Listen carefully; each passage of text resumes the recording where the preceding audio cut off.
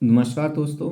आज की इस वीडियो के अंदर भी हम लेनिन के विचारों को ही पे आधारित वीडियो बनाने जा रहे हैं। और ये जो लेनिन के लेनिन पे आधारित जो उनके विचार है हमारे परीक्षा के लिहाज से बहुत महत्वपूर्ण है।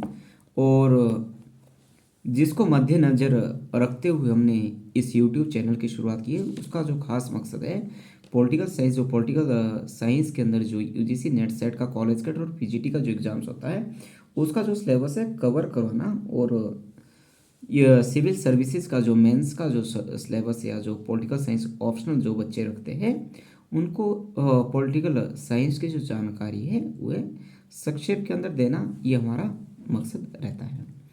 तो फिर से आज की इस वीडियो के अंदर हम लेनिन के विचारों को आगे बढ़ाते हैं। और आज की इस वीडियो के अंदर हम लेनिन के विचारों पर आधारित बोल्शेविक वाद को समझने की कोशिश करते हैं। दरअसल जो लेनिन था वो बोल्शेविक वाद का नेता था और दूसरा था मेंशेविक वाद, उसका नेता मार्तोव था। जो साम्यवादी पार्टी के अंदर भी क्या है, दो तरह के गुट थे। बोल्शेविक वाद का यदि हम दरअसल मीनिंग समझे, उसका मतलब भी मेजोरिटेरियन होता है या बहुमत होता है। और लेनिन क्या है, लेनिन भी बोल्शेविक का ही नेता था और जो मार्तोव किसका था, मुन्शेविक का नेता था। और जबकि जो दोनों दल थे वो कार्ल मार्क्स के विचारों पे ही आधारित थे, कार्ल मार्क्स के विचारों पे ही आधारित थे। परंतु दोनों के अंदर थोड़ा बेसिक सा डिफरेंस था। जो मुन्शेविक थे वो एक कट्टर मार्क्सवादी थे और जो लेनिन है वो परिवर्तित समय के अनुसार क्या है, कार्ल मार्क्स के विचारों के अंदर परिवर्तन करने का काम किया था कि किस तरह से जो कार्ल मार्क्स के विचार है उसको व्यवहारिकता के अंदर लागू किया जा सकता है। और बाद के अंदर चाहे फ्रैंकफर्ट स्कूल है, फ्रैंकफर्ट स्कूल के अंदर भी मैंने डिस्कस किया। इसी यूट्यूब चैनल के ऊपर मैंने फ्रैंकफर्ट के ऊपर अपनी वीडियो अपलोड की हुई है। तो आपसे गुजारिश है कि आपकी उस वीडियो को भी देख लें कि फ्रैंकफर्ट स्कूल ने जो क्रिटिकल सिद्धांत के अंदर अभी एवरमार्क्स और एवरमास को हमने डिस्कस करना है नेक्स्ट वीडियो के अंदर क्या है। या फ्रैंकफर्ट स्कूल के जो स्कॉलर्स थे उन्होंने भी क्या है, जैसे हीगल का चेतना का जो सिद्धांत था, फ्रॉयड का मनोविज्ञान था, या कार्ल मार्क्स का जो इकोनॉमिक का जो कॉन्सेप्ट था, आर्थिक का सिद्धांत था, उस तीनों को मिश्रण रूप में स्टडी करने का कोशिश किया। मतलब परिवर्तित समय की समय परिवर्तन के साथ क्या है, कार्ल मार्क्स के विचारों के अंदर भी क्या उन्होंने बेसिक चेंज करने का काम किया। लेनिन भी कट्टर मार्क्सवादी था, परंतु फिर भी उसने रूस के अंदर क्या है, रूस की परिस्थितियों के अनुसार कार्ल मार्क्स के विचारों की व्याख्या करने का काम किया।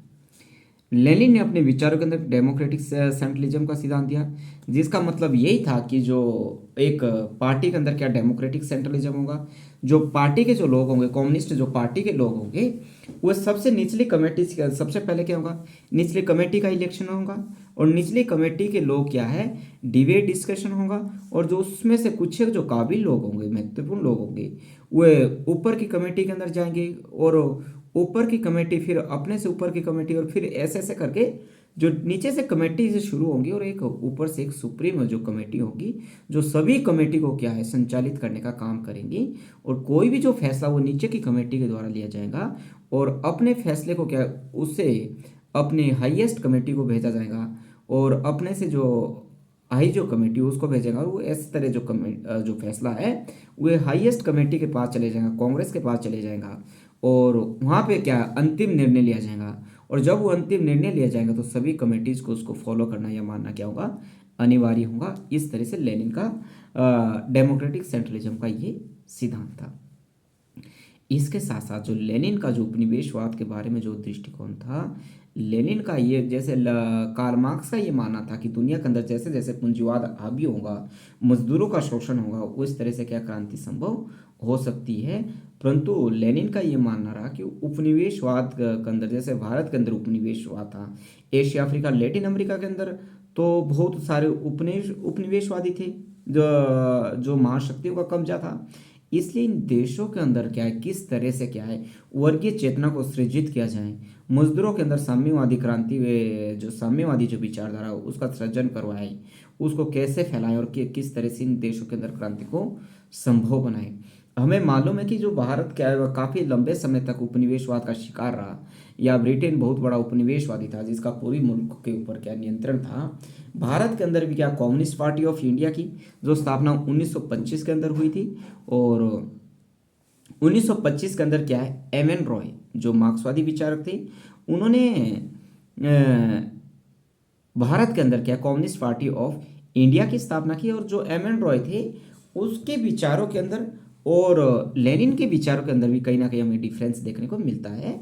हम आपको बता दें कि भारत के अंदर जो एम एन रॉय जो कम्युनिस्ट पार्टी ऑफ इंडिया मार्क्सवादी विचारों पर आधारित है, ये बात करते हैं कि भारत के अंदर भी क्या है, पूंजीपतियों के खिलाफ क्रांति होनी चाहिए, ब्रिटिशों के खिलाफ क्रांति होनी, ना केवल ब्रिटिशों के खिलाफ ही क्रांति होनी चाहिए बल्कि भारत के जो पूंजीपति लोग हैं उनके खिलाफ भी क्रांति होनी चाहिए। और जो भारत की जो सत्ता के ऊपर क्या मजदूरों और किसानों का शासन स्थापित होना चाहिए, और सभी उत्पादन के संसाधनों पर राज्य का नियंत्रण होना चाहिए, और ऐसी व्यवस्था कायम होनी चाहिए कि जिस व्यवस्था के अंदर ना तो कोई अधिक अमीर हो ना ही कोई व्यक्ति गरीब हो। परंतु एम एन रॉय और लेनिन के विचार का जो डिफरेंस था इस बात को लेके था। लेनिन ने भारत के संदर्भ में एक आर्टिकल लिखा था, उसके अंदर लेनिन ये समझाने की कोशिश कर रहा है, या खास करके एम एन रॉय को इससे ये बात उन्होंने की कि यदि भारत के अंदर हमने सर्वहारा क्रांति करनी है, मजदूरों और किसानों की जो क्रांति करनी है, ब्रिटिशों को बाहर धकेलना जो पूंजीवादी अपने आप में महाशक्ति है, उसके लिए हमें ऐसा करना पड़ेगा। इसलिए हमने कांग्रेस पार्टी को भी क्या है साथ लेना होगा। इसलिए हमें क्या है वहाँ पे हमें बुर्जों का भी समर्थन लेना पड़ेगा, वहाँ पे हमें सामंतवाद का भी समर्थन लेना पड़ेगा, मतलब भूमि के जो बड़े बड़े स्वामी हैं उनका भी हमें क्या है साथ लेके ही क्या है हम इंग्लैंड को या पूंजीपति जो मुल्क है उसको बाहर खदेड़ सकते हैं। ऐसा लेनिन का एम एन रॉय के लिए निर्देश था। परंतु जो एम एन रॉय ने इस बात को मानने से इनकार कर दिया। लेनिन का यह मानना था कि भारत के अंदर जो वामपंथी लोग हैं या साम्यवादी विचारधारा रखने वाले लोग हैं, वे मुट्ठी भर लोग हैं, चंद लोग हैं, चंद लोगों के जरिए जो क्रांति हो उसको संभव नहीं बनाया जा सकता। परंतु एम एन रॉय का ये मानना था कि जो भारत के अंदर जो वामपंथी लोग हैं, साम्यवादी लोग हैं, कार्ल मार्क्स के विचारों के जो मानने वाले लोग हैं वे काफ़ी है। इसलिए इन लोगों के द्वारा ही क्रांति को क्या है क्रांति करने के लिए वो सर्वहारा जो बुर्जुआ वर्ग के खिलाफ जो क्रांति करने के लिए क्या है ये काफ़ी है। ऐसा लेनिन और एम एन रॉय के मध्य भारत के लिए उन्होंने कहा था। लेनिन के बहुत से या मार्क्सवादी जो कट्टर मार्क्सवादी विचारक थे या क्रांतिकारी थे, उन्होंने भी लेनिन की बहुत अधिक आलोचना की, जिसमें एक रोजा लक्जमबर्ग प्रमुख थे। रोजा लक्जमबर्ग का ये मानना था कि दल में शक्ति और जो सत्ता का केंद्रीकरण हो गया, जबकि कार्ल मार्क्स के विचार तो ये नहीं थे। लेनिन ने क्या कर दिया है कि डेमोक्रेटिक सेंट्रलिज्म के सिद्धांत के तहत क्या है उन्होंने कमेटी, नीचे की कमेटी चुनती तो ठीक है, वो ऊपर की कमेटी चुनेगी, उससे जो ऊपर की कमेटी वो उससे ऊपर की कमेटी चुनेगी। परंतु यदि डिसीजंस है कम्युनिस्ट पार्टी की जो सर्वोच्च कमेटी उससे लेना है, और जो उस डिसीजन को इम्प्लीमेंट करने का जो काम है वह सभी कमेटीज को नीचे करना है। इस तरह से क्या है ये जो दल के अंदर जो शक्ति है और जो सत्ता क्या है उसका सेंट्रलाइजेशन हो रहा है, जो कि कार्ल मार्क्स के विचार पर आधारित नहीं है। ऐसा रोजा लक्जमबर्ग ने इन शब्दों में लेनिन की क्या है क्रिटिसाइज किया या आलोचना की। रोजा लक्जमबर्ग ये कह रही कि सर्वहारा वर्ग के जो अधिनायकवाद की वजह क्या है कि मार्क्स ने ये कहा था, कार्ल मार्क्स ने ये कहा था, जब मजदूरों के द्वारा पूंजीपति वर्ग के खिलाफ क्रांति की जाएगी और समाजवादी राज्य स्थापित किया जाएगा जहाँ पे प्रत्येक व्यक्ति को क्या है अपनी क्षमता के अनुसार उसने काम करना है और उसकी आवश्यकता के अनुसार उसको मेहनताना मिलना है, और कुछ एक ट्रांजिशनल फेज के अंदर क्या है कुछ समय क्या मजदूरों का जो अधिनायकवाद या सर्वहारा वर्ग का जो अधिनायक स्थापित होना है। परंतु लेनिन के सिद्धांत के अंदर हमें क्या है सर्वहारा वर्ग का अधिनायकवाद देखने को नहीं मिलता बल्कि पार्टी का अधिनायकवाद देखने को मिलता है। ऐसा रोजा लक्जमबर्ग ने लेनिन के बारे में विचार की। रोजा लक्जमबर्ग क्या कहती थी, जो क्रांति करने की जरूरत नहीं हमें, क्रांति तो स्वतः ही हो जाएगी। जैसे जैसे पूंजीवाद बढ़ेगा, मजदूरों का शोषण बढ़ेगा, उस समय क्या जो क्रांति वो स्वतः ही शुरू हो जाएंगी। ऐसा रोजा लक्जमबर्ग का मानना था। जबकि जो रूस ने वो परिवर्तित परिस्थिति के अनुसार रूस के अंदर अपने हिसाब से काम किया और उन्होंने कार्ल मार्क्स के विचार को व्यवहारिकता के अंदर लाने का भी काम किया, और एक लंबे समय तक जो रूस है वो है एक दुनिया की महाशक्ति रहा, जो अमेरिका को जिसने टक्कर दी, 1951 का 91 1991 के अंदर क्या है उसका भी विघटन हो गया, जो हम आगे की वीडियोस के अंदर उसको भी समझने की पूरी कोशिश करेंगे। रोजा क्या बोल रही थी, रोजा लग्जमबर्ग क्या बोल रही थी कि जो मार्क्स के जो विचार है वो अपने आप में लोकतांत्रिक विचारधारा है, ठीक है। परंतु सोवियत संघ के अंदर जिस तरह का जो लोकतंत्र हमें, जो लोकतांत्रिक संस्थाओं का जो विनाश है वो लेनिन के द्वारा किया जा रहा है, जो अपने आप में एक कटु आलोचना वाली बात है, जो कि अपने आप में एक आलोचकवाद है। रोजा लग्जमबर्ग मैंने पहले कहा कि अपने आप में क्या है, कट्टर मार्क्सवादी थी।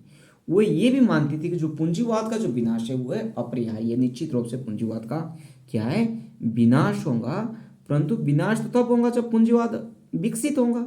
जब अभी जिन देशों के अंदर पूंजीवाद विकसित ही नहीं हुआ है तो हमें क्या है, अभी तो पूंजीवाद विकसित होगा, विकसित होने के बाद जो परिस्थितियां बनेगी, जो क्रांति वो स्वतः ही हो जाएगी, क्रांति करने की कोई जरूरत नहीं है, ऐसा रोजा लग्जमबर्ग का मानना था। अब हम इस स्तर पे पहुंच चुके हैं कि लेनिन के बारे में जो परीक्षा के लिहाज से हमारे लिए महत्वपूर्ण बातें रह सकती थी उसके बारे में हमने डिस्कस कर लिया है।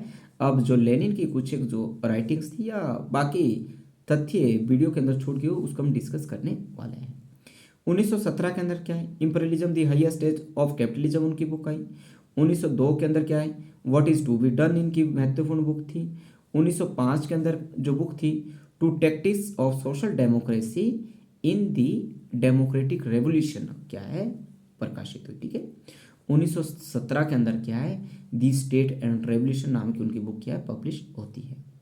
और the development of capitalism in Russia ये क्या है, 1999 के अंदर क्या है, लेनिन की बुक पब्लिश होती है। और 1909 के अंदर क्या है, मेटलिज्म एंड इम्पेरियो क्रिटिसिज्म नाम से उनकी बुक एक पब्लिश होती है।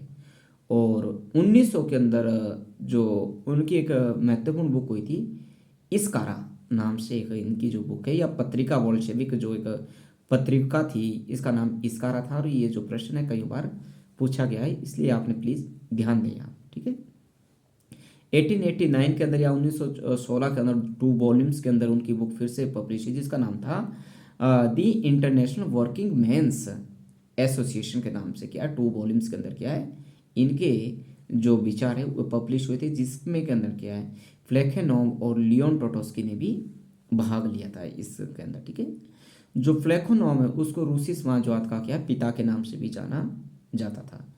टोटेस्की का ये मानना था कि जो साम्यवादी जो शासन का जो अभिप्राय है क्या होगा, सरवारा वर्ग का बहुमत का शासन है, अपने आप में क्या है, सरवारा वर्ग का बहुमत का शासन। और जबकि रूस के अंदर क्या है, जो मुट्ठी भर पार्टी पदाधिकारियों का क्या है, जो शासन हुआ स्थापित हो गया है। और टटस्की के अनुसार जो लेनिन का जो शासन है वो कार्ल मार्क्स के विचारों पर आधारित नहीं है। उन्होंने भी कार्ल मार्क्स के विचार को क्या है, ये माना कि कार्ल मार्क्स ने क्या है, कार्ल मार्क्स के विचारों के अंदर जो मूल संशोधन का जो काम लेनिन के द्वारा किया गया है वह सही नहीं है, ऐसा टटस्की का भी मानना रहा। तो इस वीडियो के अंदर हम लेनिन के जो महत्वपूर्ण विचार परीक्षा के लिहाज से महत्वपूर्ण बन सकते थे उसके बारे में हमने बात कर ली है।